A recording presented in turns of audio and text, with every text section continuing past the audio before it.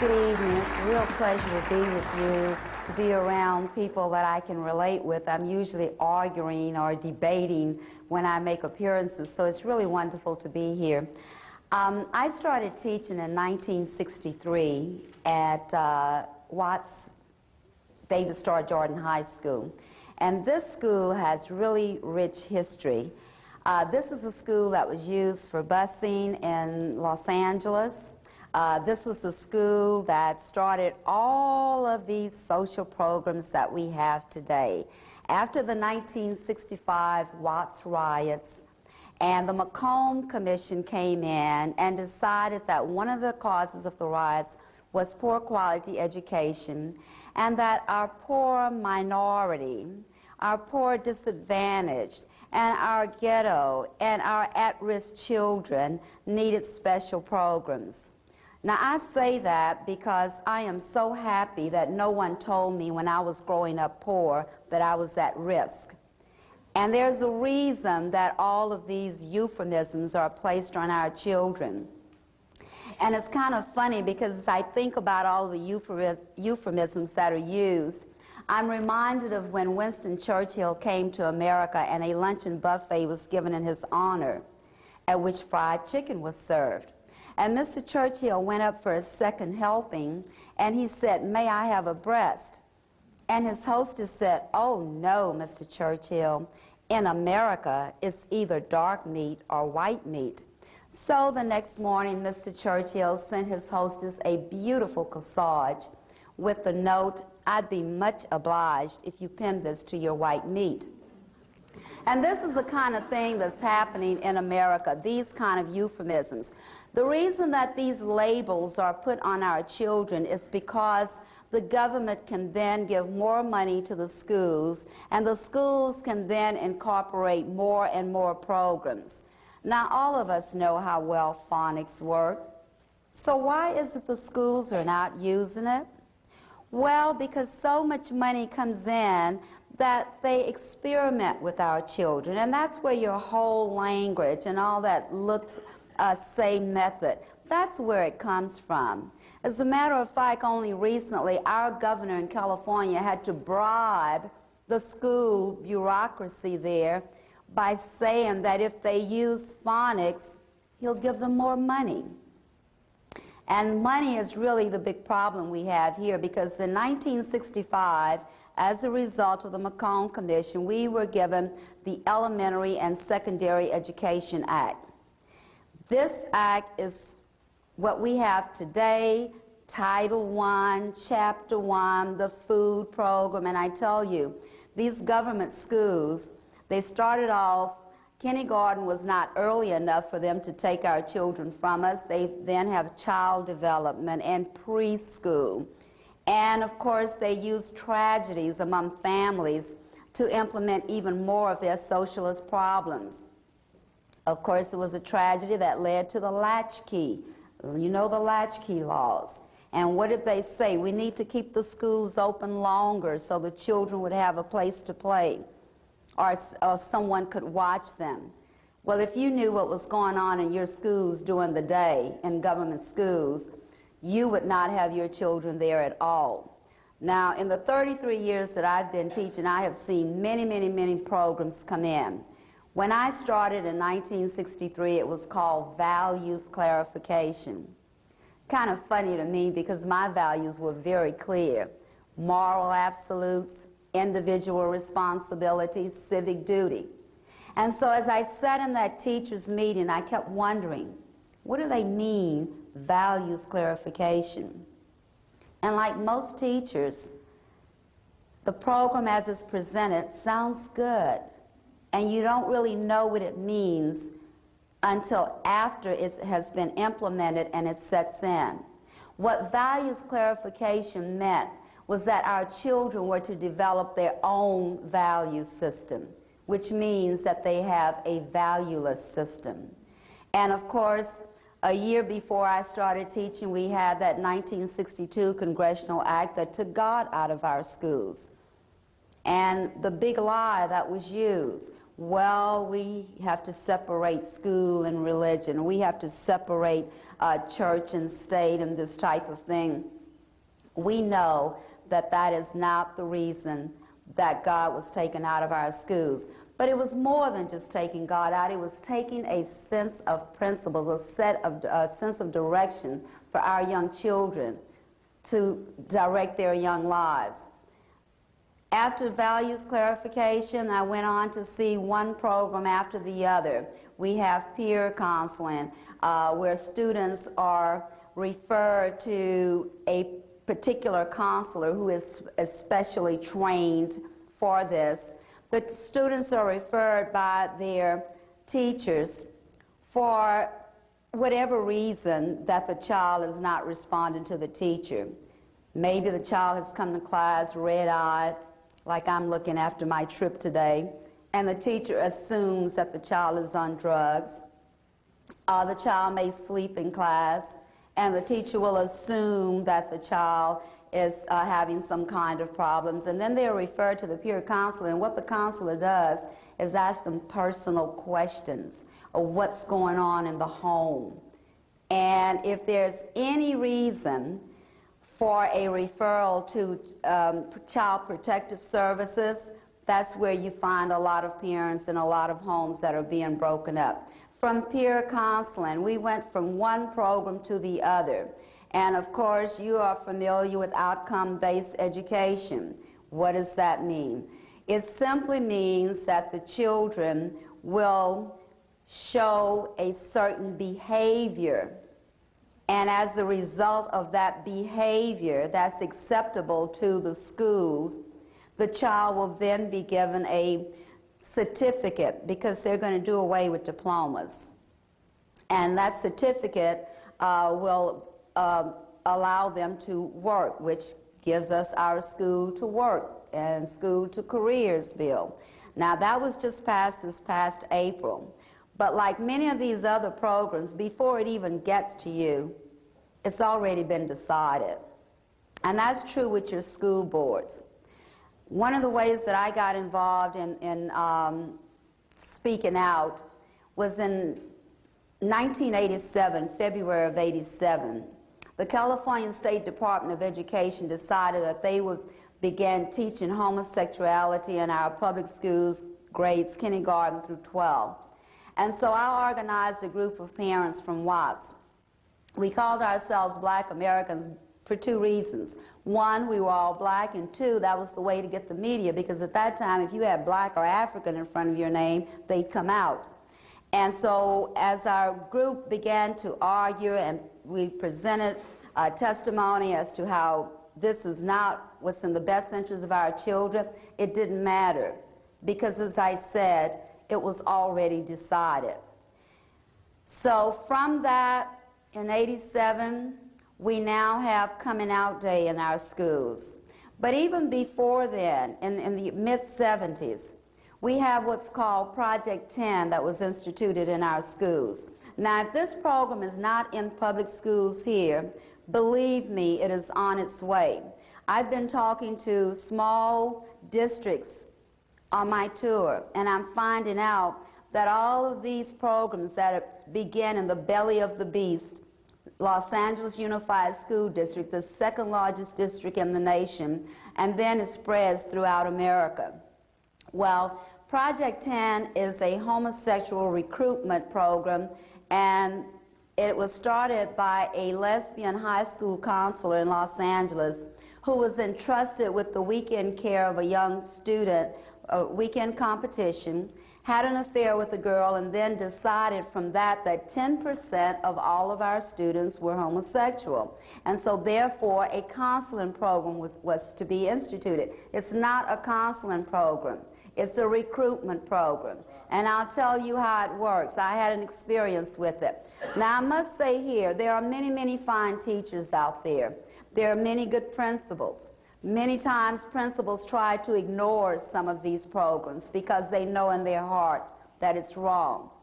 Project 10 had been around, as I said, since the mid-'70s, but at the particular school at which I was teaching the past 11 years, 2 years ago, it became very popular on our campus because homosexuals came onto our staff and they promoted it. And I happened to have done a show that was entitled, Should Homosexuals Have the Right to Marry and Raise Children? And my students saw me on the show, as they always do. They want to talk about it. And so we took a few moments to talk about it, and they asked me how did I feel about Project 10. And I told them. Well, a few days later, the director of Project 10 walked into my classroom, and he said he wanted to talk with me. So I thought we would walk outside of the door, have a private conversation, but he stopped me in the middle of the floor in front of my class, and he said, I understand you said thus and so about Project 10. I said, yes, I said that, and I'll tell you what else I said. And I gave him my full opinion. So when he walked out of the room, the students applauded.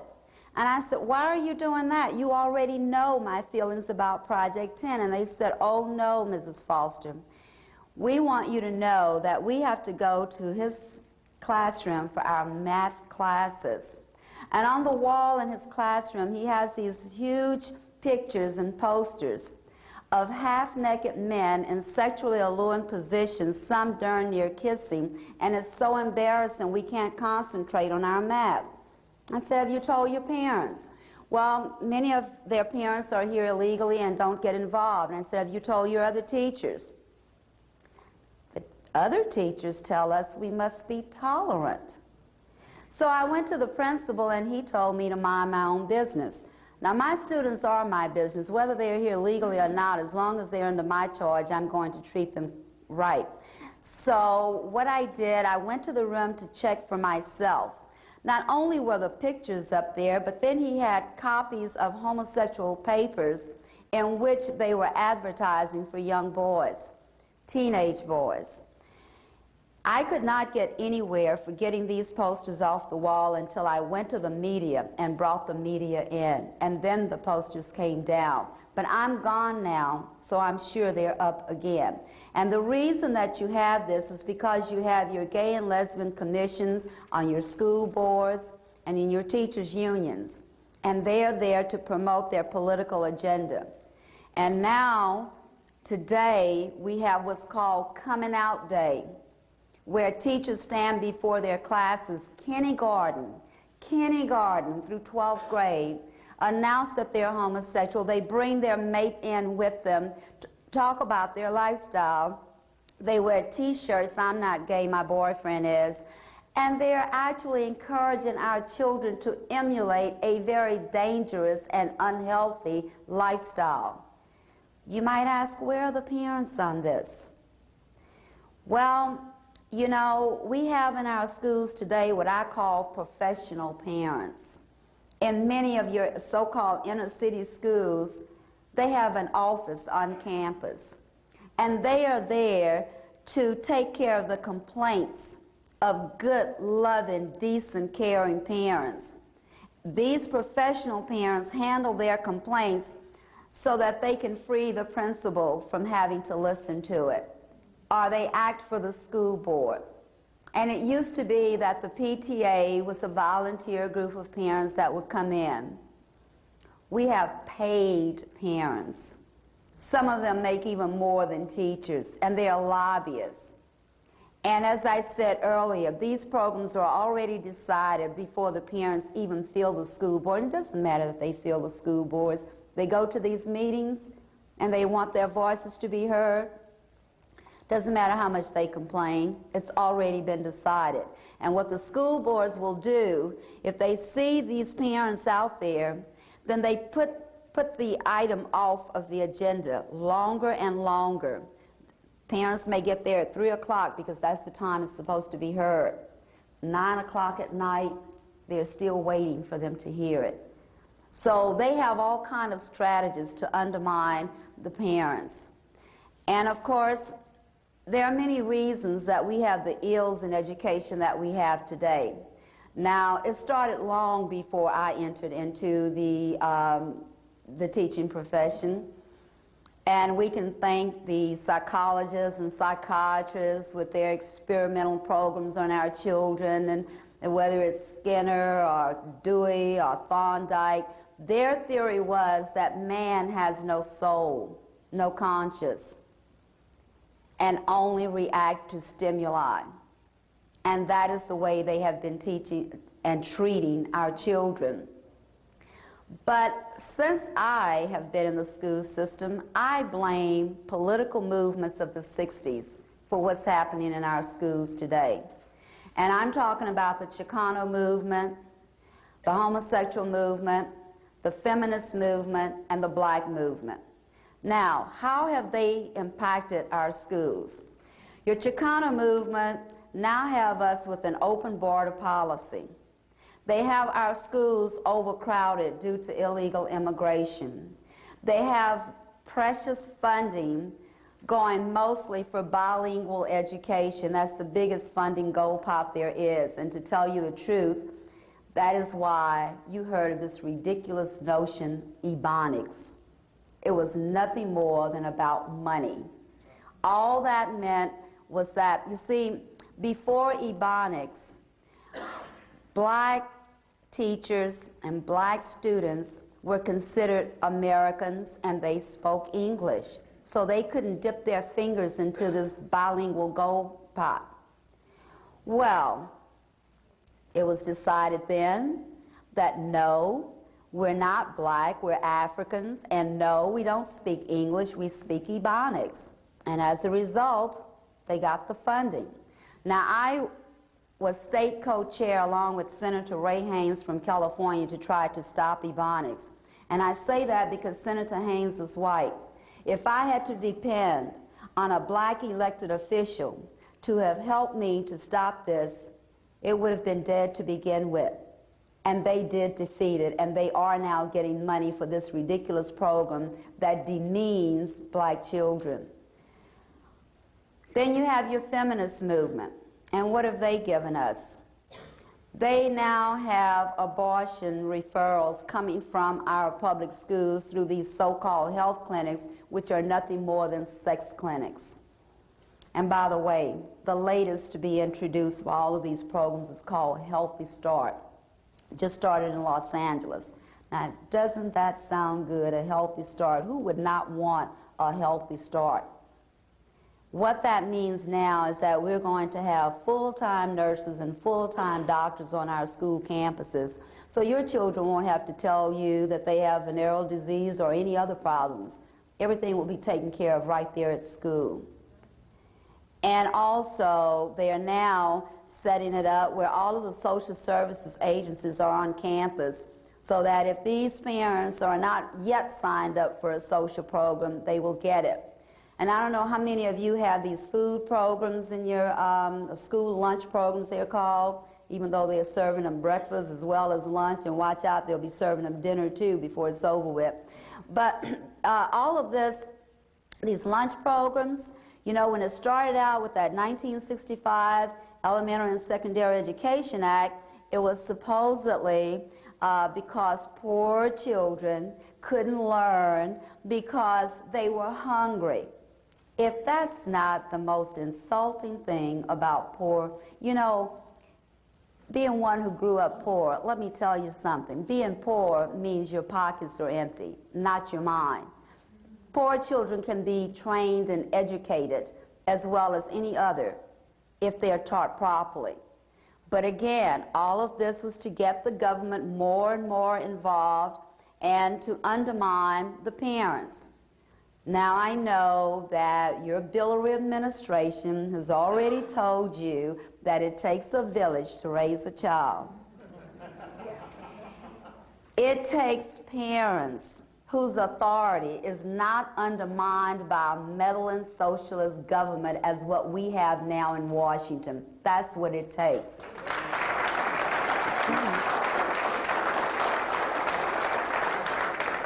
And so we have had the Chicano movement and the feminist movement and, of course, the homosexual movement. And I've already told you how much influence they have now in our public schools. And not only that, throughout our society, whoever would have thought that we would have to define marriage? And this is what they've done to us. But most importantly, And the one that really, really irks me more than any others is the black movement. And isn't it ironic that the very group of people who were brought to America as slaves are being used today to enslave all of Americans? Now that really hurts me, being a member of that race and seeing how this happened. Now I have to tell you, I really don't remember going from being colored to Negro, but I grew up in the 40s and 50s as a Negro.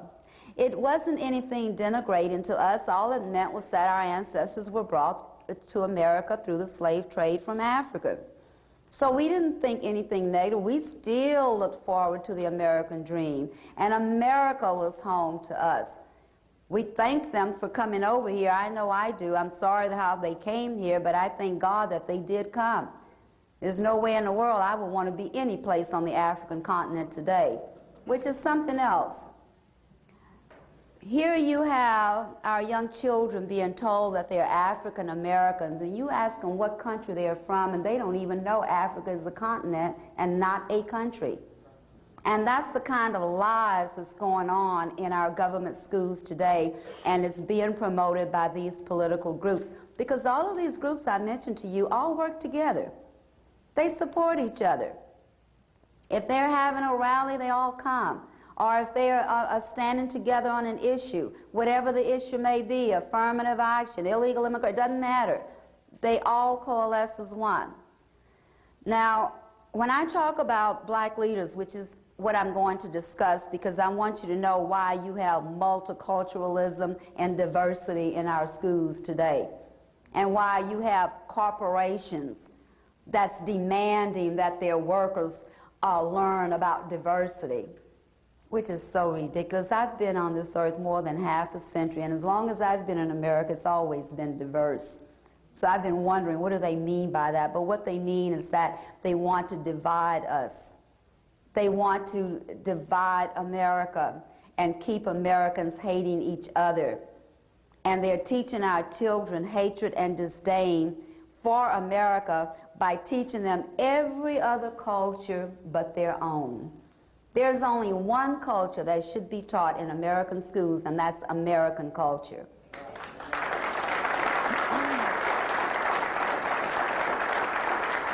At any rate, growing up as a Negro, you know, we really didn't have the kind of hatred that I see today. I can remember in high school, like high school children today will maybe go to the mall and window shop. Well, we would leave our high school and we'd go downtown to the big expensive stores and window shop. And there you had the colored only and the white only drinking fountains. And I could remember well, you know, in high school, you're little rebels anyway, so we would drink from the white fountain, and the sales clerks would say, now you know you're supposed to drink colored water. And we'd say, if we wanted colored water, we'd drink Kool-Aid. And they would laugh. We'd all laugh about it. But if you would listen to the black leaders today, you would think we were lynched for not drinking out of the colored-only fountain. And I'm saying that to make the point that even though you had laws that separated the people, segregation, Jim Crow laws, the people themselves did not hate each other the way our children are being taught to hate other races today. And that is the difference, and that's how I grew up as a Negro. But then when I was leaving college, and then in the 60s, our name was changed to Black Americans. And the reason for that, that was the height of the black political movement. And so all of us then were to show that we acted as one, whether we were colored or Negro or black. So from then on, we became known as Black Americans. Well, then when the media began to cover the fight against apartheid in South Africa, the Reverend Aunt Jesse Jackson called a press conference and told the media from now on, refer to us as African Americans. That's how we became African Americans. And the purpose for that was so that all of us would be in goose step with the African National Congress. Simple as that. But again, look at what it has done to our children and in our schools. In some of our public schools, in these so-called inner city schools or minority schools, you would be hard-pressed to find Old Glory flying in the classroom at all. But you will see foreign flags, and for us, they make up a flag. And they call it an African-American flag. They make up an African-American Pledge of Allegiance. They make up a culture, and I'm talking about Kwanzaa, a made-up culture. But it's been so accepted by so many people, even Texaco got in trouble for not recognizing it as a legal holiday for their employers. Totally made up. I worked with the guy at the school who made it up. At the time in the 60s, he formed an organization called U.S. United Slaves. He and his United Slaves had a shootout with the Black Panthers in the cafeteria of UCLA, in which 2 people were killed. Later, he was sentenced for torturing 2 of his female followers. He resurfaced, changed his name. Now he's head of the Black Studies Department in one of our major universities in California, spewing more hatred. And you know, when we talk about these Black history classes and African American studies, that's nothing more than, again, promoting hatred. And there's not very much truth, if any at all, in some of the studies that they give these young people. But how do we get to all of this? Now, you will hear me talk about the Black leaders tonight, and I want you to know exactly who I'm talking about. I'm talking about the NAACP, the Urban League, the Southern Christian Leadership Conference, the Congressional Black Caucus, the Reverend Ain't Jackson and his group, and Calypso Louis and his Nation of Islam. Now, people kind of laugh when I say Calypso Louis, but he is a calypso singer turned Muslim minister. And so he knows how to charm people. He knows how to entertain people. And once he snares them in, he begins to spew his hatred. And he's already told us he wants a separate nation, a separate state in America. And I tell you, with this Billary administration giving away so much of what we have to the United Nations, I wouldn't be surprised if we woke up one morning and he would give one of our states away, because he loves to play that race card. Clinton plays the race card better than anyone I've seen. Now, this African-American flag, you may have seen it if you watched the Militia Man March back in 1995 in our nation's capital. I know you may think it was the Million Man March, but it was the Militia Man March. What it was, you see, when Jackson brought Farrakhan to prominence in '84, Farrakhan made the statement, there's going to be a race war in America and young Black gang members will be used. Nobody said anything. That was at the same time that Jackson offended the Jews. And so, of course, the Jewish leaders just jumped right on that issue. But not one Black organization said anything when Farrakhan said that. A few months later, in early 1985, Libya's Gaddafi gave Farrakhan $5 million. With that money, from 1985 to 1995, Farrakhan bought out forums and convention centers throughout America to spew his hatred. And then he showed what that $5 million bought by having his Million Man March. I happened to have been sitting in CNN studios at the time that they covered this march. And while I was waiting to be interviewed, Leon Harris of CNN interviewed a Crip and a Blood. And there they were with their caps, the coming revolution, the uprising next time. And they told Leon Harris, the reason we did what we did to our community is because of lack of leadership, and that's why we're here for Minister Farrakhan. Ladies and gentlemen, let me tell you what these little hoodlums did to the community. They beat, maim, and kill innocent children, besides selling drugs to them. Some of these children were killed, excuse me, sitting in their own living rooms watching television. That's what they did. And who were their leaders as they did this? The most powerful politician in the state of California at the time, some say even more than the governor, Willie Brown, black. Their congressional representative at the time, Augustus Hawkins, black. Their state senator, black. Their state assembly representative, Murky Waters, known to you as Maxine. Their mayor, Tom Bradley.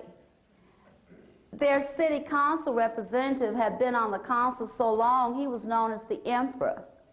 Now, with all of that leadership over Watson, South Central Los Angeles, you would think we'd have the closest knit families, the highest achieving schools, and the safest streets. No. What we had U.S. News and World Report, Time, Newsweek magazine, all writing about us because we were known as the killing fields, the war zone. This is Beirut, USA. And here were these gangsters who terrorized the community talking about lack of leadership. It's the wrong kind of leadership. That's really what it was. And so what they're doing is that they're turning children against each other. There's hardly a month goes by in Los Angeles, there's not a fight between blacks and whites or blacks and Mexicans or you name it.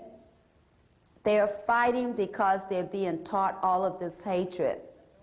And this is the problems that we're having in our government schools. Now, when I talk about all of these political movements again, recognize that they are in the schools. They're ingrained. They're not going anyplace. So that's why we need to take our children out if they are in there. And I compliment those of you who are homeschooling, or those of you who have your children in private schools and Christian schools, because your children will be our hope for tomorrow. Now, I know that many times I'm asked, gee, all of this is so horrible. What are we going to do? What we need to do, we need to recognize that all of these programs that's causing the problems that we're facing in our schools today come from the United Nations Education, Scientific, and Cultural Organization, UNESCO. And as long as we remain in the United Nations, we will continue to go downhill until they have totally controlled us. And we're not too far away from that now. I tell my atheist friends, you know, if we survive Bill Clinton, you've got to believe there's a God. And I believe they do.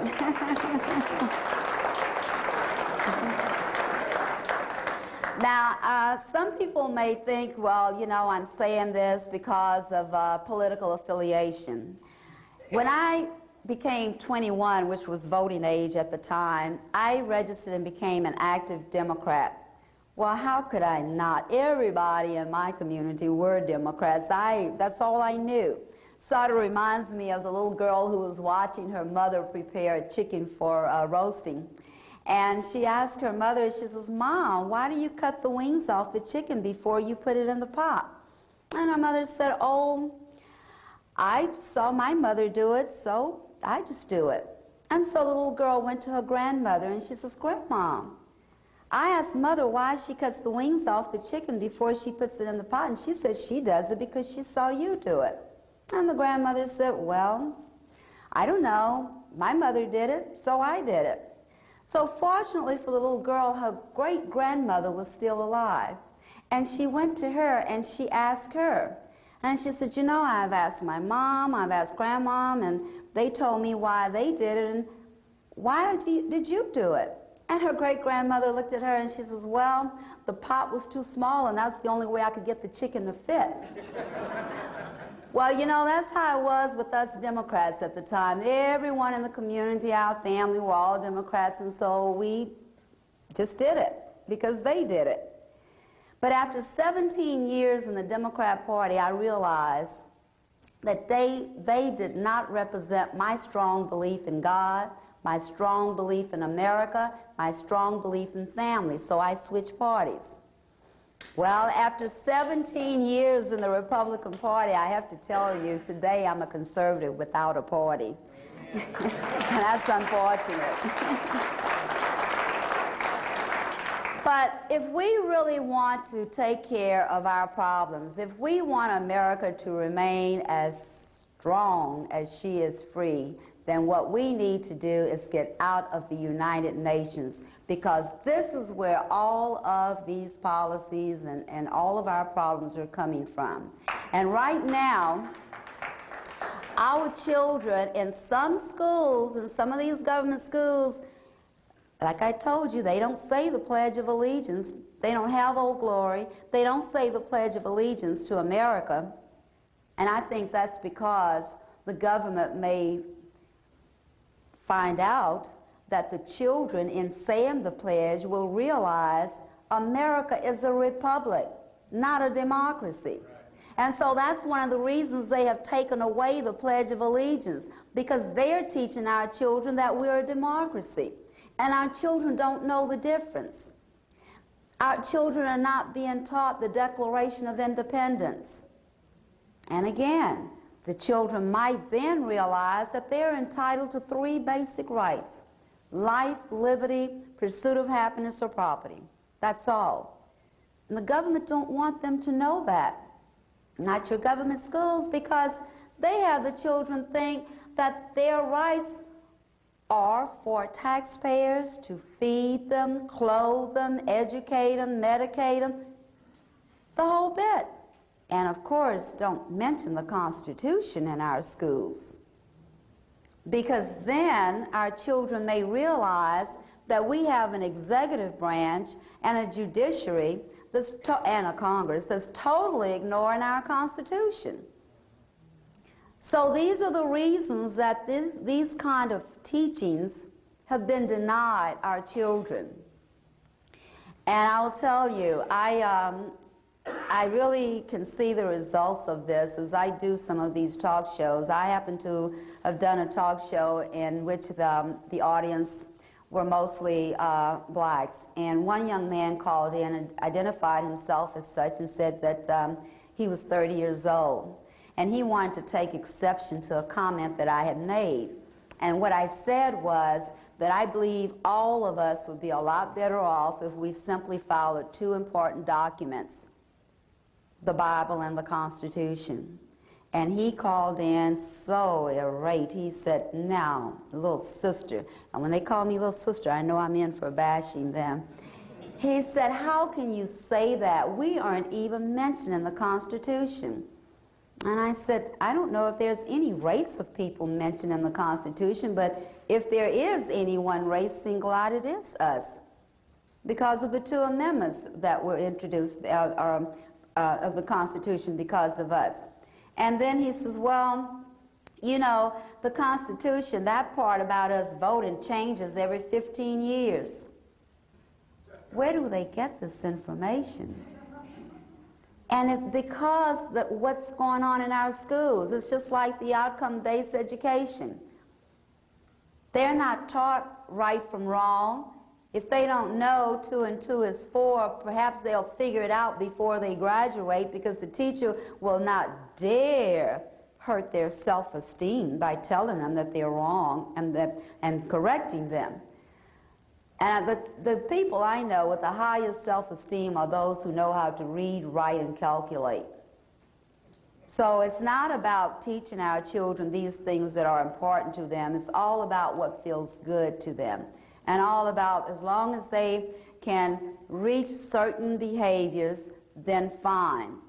Now, the School to Work bill, as you know, will do away with diplomas and give our children certificates which will allow them to work. And this will be true not only for our children, but for everyone. And this is reaching into our private schools and our home schools also. And that's what's so very dangerous, because we're not only fighting school boards, we're fighting legislators also. And again, these groups, they get themselves into these positions where they can change laws or they can make laws to accommodate their political agenda. And we have to be aware of this. And, you know, with all that I've said, people will say, well, what's the answer? And the answer is what I've said. Get us out of the United Nations. Now, how can we do this? Congressman Ron Paul, our hero, introduced the bill to get us out of the United Nations, and look at the number of votes he got.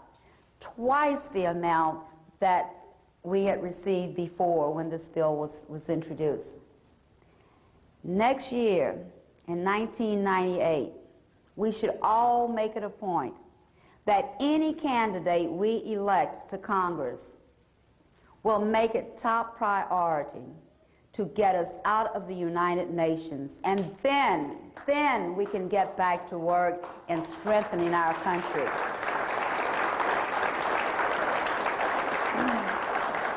And you know, I have to go back to the black leaders because they are having such an impact on America. And I remember in 1986, Senator Hayakawa sent me an article from a San Francisco paper, and it was entitled, "Why Worry About Farrakhan?" And he attached a little note, "Ezola, I do worry." Now, some of you may only remember Senator Hayakawa for sleeping in Senate hearings. But when I'm reminded of that, I think of the time that when Everett Hale was chaplain of the Senate, and someone asked him, "Dr. Hale, do you ever pray for the senators?" And Dr. Hale responded, "No, I look at the senators and I pray for the people." But I have to agree that we should worry because these groups are acting as one, and they're acting to divide America. And you were talking about one state. I was in Lafayette, Louisiana, 2 Sundays ago, October the 19th. 2 days before I arrived that Friday, and it was all on the news that weekend, the NAACP leader there had appeared before the city council because the blacks want to secede from the northern part of Lafayette. They want their own black section. Now you have to wonder, here is the group that pushed for integration, and now they want separation. When I was a junior in high school, I remember that the NAACP had filed a lawsuit to integrate the schools, and it worked. So the Texas legislature said, well, okay, we have Houston College for Negro right here, few blocks away, well, miles at that time, we had the University of Houston. And so the Texas state legislature said, well, okay, we'll merge the two schools and make it one large university. The NAACP said, oh no, we want to keep our black school. So Houston College for Negroes became Texas Southern University, and that is where I got my first degree. I took my husband back there in 1990, I believe it was, and I wanted him to see where I had attended school. Texas Southern University has grown so close, University of Houston have grown so close that they put up a brick wall in the middle of the street so they couldn't get any closer. Now, isn't that a sad commentary? But that's how powerful these black leaders have become. And I am so disheartened when I heard the Christian Coalition, the Promise Keepers, apologizing for slavery. Let me tell you what that's all about, folks. There's a guilt feeling being put on America, and the reason is there's a bill floating around, it comes up, and then they figure it's not time, and so it's still floating in Congress, called Reparations for Slavery. And so as soon as this guilt feeling has been put all across America, then it'll be time to pass the bill.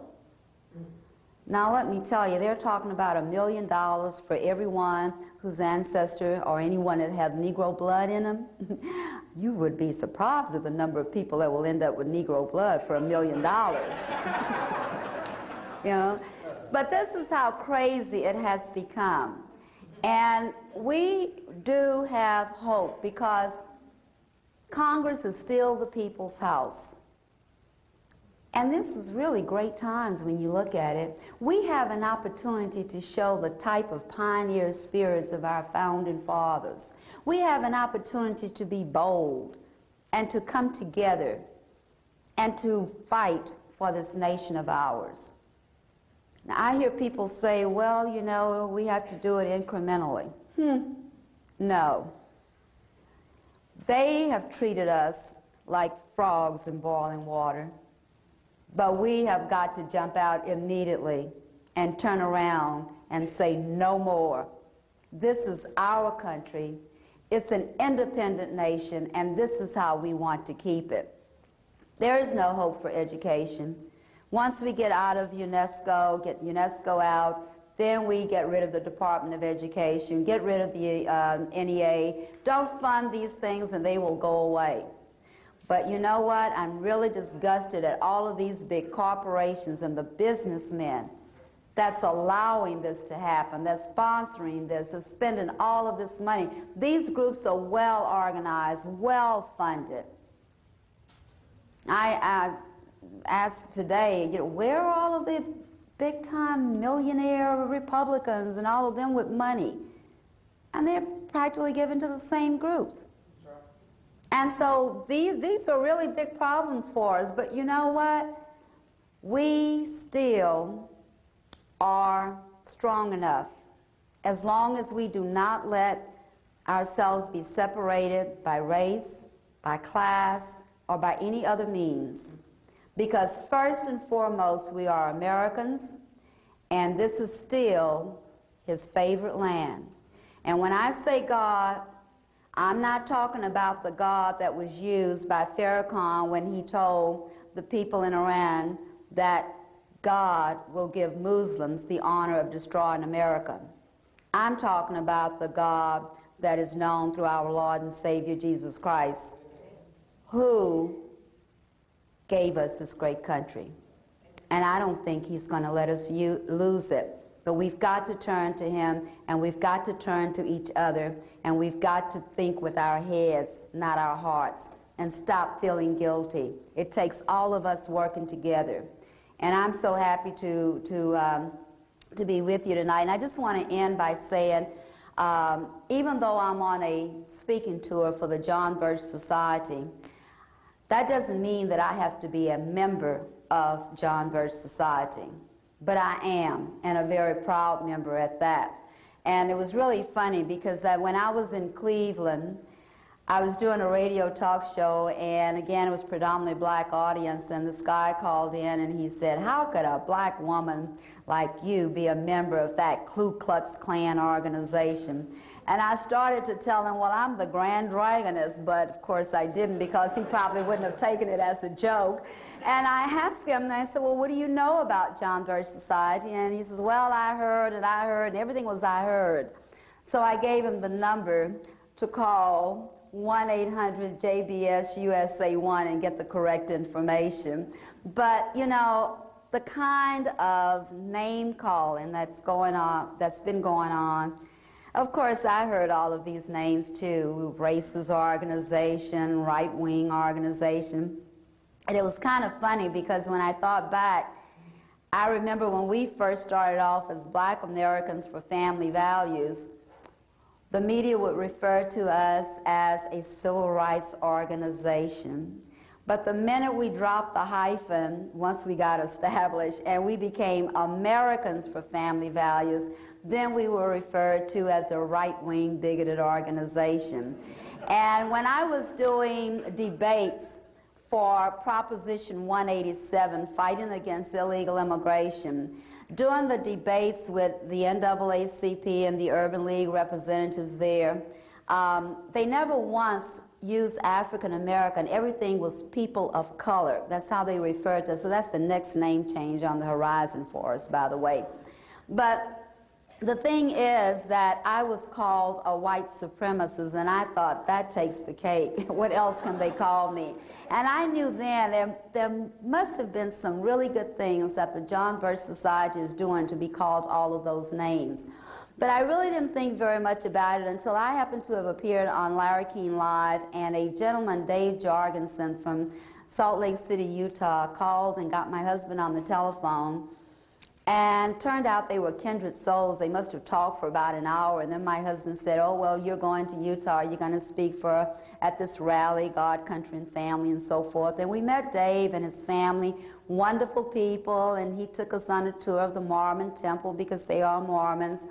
And then as Dave was taking us to the airport, he said, I want you to read this. You know how you Birches do. You start giving us all this material to read, books and magazines and so forth. But my husband and I just kind of glanced through. We didn't really read like we should have, and we just went on. And then I had a chance to do a tour, a Northern California tour for the society, and I met so many wonderful people, minorities of all kinds, blacks, Mexicans, Jews, you name it, all people of different religions, but they all had one thing in common: the love for America and the love of God. And so I was impressed with that, but my husband is not the kind to really get involved in organizations, because we have been courted by so many organizations in the many years that we've been out here fighting. But we found they were all eat, meet, and retreat organizations, and we didn't have that kind of time. And then we noticed how the John Birch Society educates the public. You don't even have to be a member to get their Trim magazine to find out how your representatives are voting. Now, people talk all the time about the apathy of voters and why they keep putting the same people in.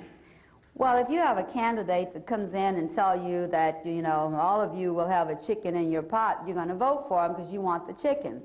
But if you don't really pay attention to what's going on, and that's what I liked about the society, because they put out information, whether or not your representative is following the Constitution in his vote. So we were impressed with that. And then finally, we had a chance to visit again with Dave and his family, and this time Dave was really smart. He didn't trust us to read anything. He left really early for the airport. That we sat at this park bench, and he had this box of material, and he answered all of our questions, and we read right there with him. And when we got back home, my husband and I decided, and we became John Birch members in November of 1996. And I have to tell you this, my husband is tall, dark, and handsome, bald head. You would think he's one of those Nation of Islam Muslims if you saw him. And you should see him when he walks through Austin, South Central, with his John Birch Society shirt on. Everyone's, and they won't dare say anything to him. I mean, he grew up there, and he knows all of the crooks, too, and they know him, that he's pretty tough. So at any rate, I just wanted to say this to you because a week before I came here, I spoke to a Republican women group in Leisure World, and there was a lady who came up afterwards, and she talked with me, had a really interesting background. She had worked with the FBI and undercover for them, CIA and so forth. And she was complimenting me on everything that I had said, but then she said to me, you know, honey, if I were you, I wouldn't tell people I'm a member of the John Birch Society. And I said, well, you know what? If I were ashamed of the organization, I wouldn't be a member of it. I'm very proud, and I want the world to know it. And I'm so happy to be here with you. And again, thank you very, very much.